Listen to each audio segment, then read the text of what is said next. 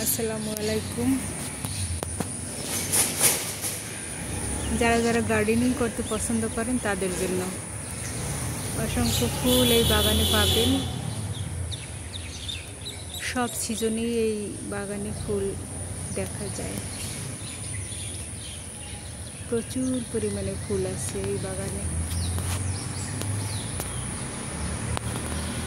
কত ধরনের ফুল,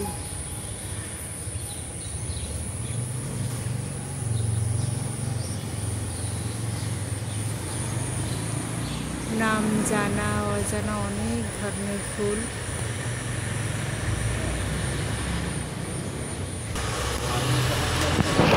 অপরাজিতা আছে, ঝুমকো জবা আছে, ছোট বড় অনেক ফুল গাছ আছে।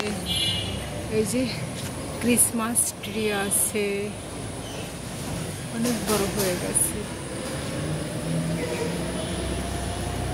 ওই যে লাল টুকটুকে জবা দেখতে পাচ্ছেন, লাল টুকটুকে জবা, সাদা ফুল, কত কিছু, ভ্রমর আছে।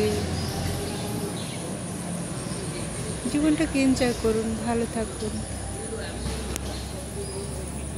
আল্লাহ হাফেজ।